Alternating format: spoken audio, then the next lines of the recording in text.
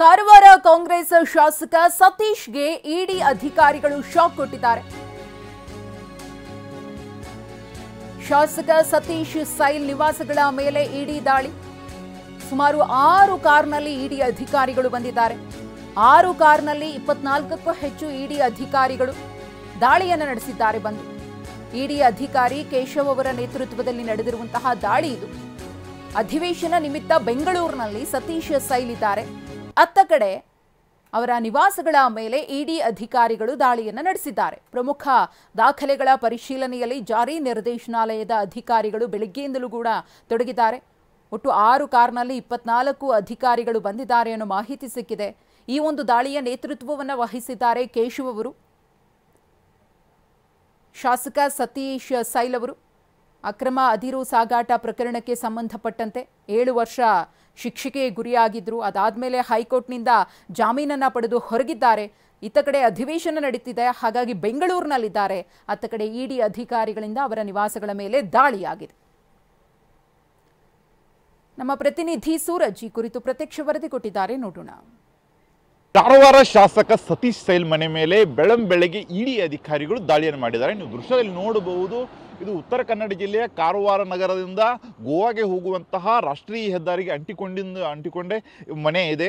Satish sail ಅವರ ಮನೆ ಮೇಲೆ ಬೆಳಂಬೆಳಗ್ಗೆ ಸುಮಾರು ಒಂದು 24 ಜನರ ತಂಡ ದಾಳಿ ಮಾಡಿದೆ. ಅದರಲ್ಲಿ ಪ್ರಮುಖವಾಗಿ ಕೇಶವ್ ರಾವ್ ಎಂಬ ಇಡಿ ಅಧಿಕಾರಿಯ ನೇತೃತ್ವದಲ್ಲಿ ದಾಳಿ ಮಾಡಲಾಗಿದ್ದು, ಈಗಾಗಲೇ ದೃಶ್ಯದಲ್ಲಿ ನೋಡಬಹುದು ಇಡಿ ಅಧಿಕಾರಿಗಳು ಕೆಲವು ಅಧಿಕಾರಿಗಳು ದಾಖಲೆಯನ್ನು ಪರಿಶೀಲನೆ ಮಾಡ್ತಾ ಇದ್ದಾರೆ. ಕೆಲವು ಅಧಿಕಾರಿಗಳು ಮನೆಯನ್ನೆಲ್ಲರನ್ನು ಸಹಿತ ಪರಿಶೀಲನೆ ಮಾಡ್ತಾ ಇದ್ದಾರೆ. ಪ್ರಮುಖವಾಗಿ ಸತೀಶ್ ಸೈಲ್ ಮನೆ ಮೇಲೆ ದಾಳಿಯಾಗುವುದಕ್ಕೆ ಕಾರಣ ಏನಂದರೆ, ಸತೀಶ್ ಸೈಲ್ ಅವರು ಈ ಹಿಂದೆಯೂ ಸಹಿತ ಮಲ್ಲಿಕಾರ್ಜುನ್ ಶಿಪ್ಪಿಂಗ್ ಕಂಪನಿಯ ಮೂಲಕ ಅಕ್ರಮ ಅದಿರು ಸಾಗಾಟ ಮಾಡಿದ ಪ್ರಕರಣದಲ್ಲಿ ಲೋಕಾಯುಕ್ತದಲ್ಲಿ ದೂರನ್ನು ದಾಖಲಿಸಿ ಅವರ ಮೇಲೆ ತನಿಖೆಯನ್ನು ಮಾಡಲಾಗಿತ್ತು. ಅಷ್ಟೇ ಅಲ್ಲದೆ 2 ಬಾರಿ ಜೈಲು ಶಿಕ್ಷೆಯನ್ನು ಸಹಿತ ಅನುಭವಿಸಿದ್ದಾರೆ. ಅದರ ಜೊತೆಗೆ ಅದರ ಮುಂದುವರೆದ ಭಾಗವಾಗಿ ಇವತ್ತು ಇಡಿ ಅಧಿಕಾರಿಗಳು ದಾಳಿ ಮಾಡಿದ್ದಾರೆ ಅಂತಲೂ ಸಹಿತ ಹೇಳಲಾಗ್ತಾ ಇದೆ. ಪ್ರಮುಖವಾಗಿ ಮಲ್ಲಿಕಾರ್ಜುನ್ ಶಿಪ್ಪಿಂಗ್ ಕಂಪನಿಯ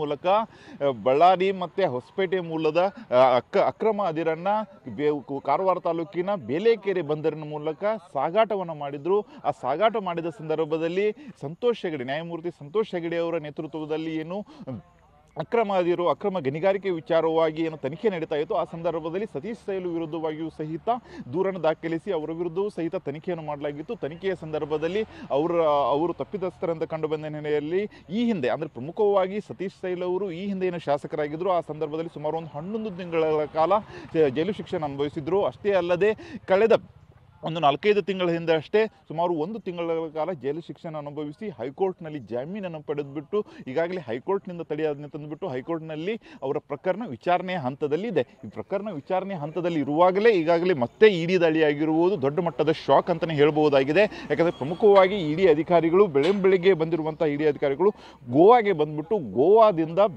ಕಾರವಾರಕ್ಕೆ ಬಂದಿದ್ದಾರೆ. ಯಾಕಂದರೆ ಇಲ್ಲಿರುವಂಥ ಗೋವಾ ಏರ್ಪೋರ್ಟ್ ಮೂಲಕ ಕಾರವಾರಕ್ಕೆ ಬಂದು ಕಾರವಾರದಿಂದ ಇಲ್ಲಿ ಬಂದು ಈಗ ತನಿಖೆಯನ್ನು ಮಾಡ್ತಾ ಇದ್ದಾರೆ. ಸತೀಶ್ ಸೈಲ್ ಅವರು ಕರ್ನಾಟಕ ವಿಧಾನಸಭಾ ಅಧಿವೇಶನ ಇರುವ ನಿಮಿತ್ತ ಬೆಂಗಳೂರಿನಲ್ಲಿದ್ದಾರೆ. ಈಗಾಗಲೇ ಅವರ ಕುಟುಂಬಸ್ಥರು, ಯಾಕಂದರೆ ಪತ್ನಿ ಮತ್ತು ಮಕ್ಕಳು ಸಹಿತ ಬೆಂಗಳೂರಿನಲ್ಲೇ ವಾಸವಾಗಿದ್ದರು ಹಿನ್ನೆಲೆಯಲ್ಲಿ ಅವರು ಸಹಿತ ಇಲ್ಲ. ಆದರೆ ಅವರ ಕುಟುಂಬದ ಬೇರೆ ಸದಸ್ಯರು ಈಗಾಗಲೇ ಅವರನ್ನು ತನಿಖೆ ಮಾಡುವಂತಹ ಕೆಲಸವನ್ನು ಸಹಿತ ಮಾಡ್ತಾ ಇದ್ದಾರೆ, ದಾಖಲೆಯನ್ನು ಪರಿಶೀಲನೆ ಮಾಡ್ತಾ ಇದ್ದಾರೆ. ಈಗಾಗಲೇ ಈ ವಿಷಯ ಸತೀಶ್ ಸೈಲ್ ಅವರಿಗೆ ಗೊತ್ತಾಗಿದ್ದು ಸತೀಶ್ ಸೈಲ್ ಅವರು ಸಹಿತ ಬೆಂಗಳೂರಿನಿಂದ ಹೊರಡ್ತೀನಿ ಅಂತಲೂ ಸಹಿತ ಹೇಳ್ತಾ ಇದ್ದಾರೆ. ಒಟ್ಟಾರೆಯಾಗಿ ಏನಂದರೆ ಕಾರವಾರ ಶಾಸಕ ಸತೀಶ್ ಸೈಲ್ ಮನೆ ಮೇಲೆ ಇಡಿ ದಾಳಿಯಾಗಿರುವುದು ಹೊಸತೇನಲ್ಲ. ಯಾಕಂದರೆ ಇದಕ್ಕೆ ಈ ಹಿಂದೆಯೂ ಸಹಿತ ಬೇರೆ ದಾಳಿಗಳಾಗಿದ್ದಾವೆ. ಅಷ್ಟೇ ಅಲ್ಲದೆ ಬೇರೆ ರೀತಿಯಲ್ಲಿ ಶಿಕ್ಷೆಯನ್ನು ಸಹಿತ ಅನುಭವಿಸಿದ್ದಾರೆ. ಅದರ ಮುಂದುವರೆದ ಭಾಗವಾಗಿ ಇವತ್ತು ದಾಳಿ ಆಗಿದೆ ಅಂತಲೇ ಹೇಳಲಾಗ್ತಾ ಇದೆ. ಕ್ಯಾಮರಾಮನ್ ಮಂಜುನಾಥ್ ಜೊತೆ ಸೂರಜ್ ಉತ್ತರೆ, TV9 ಕಾರವಾರ.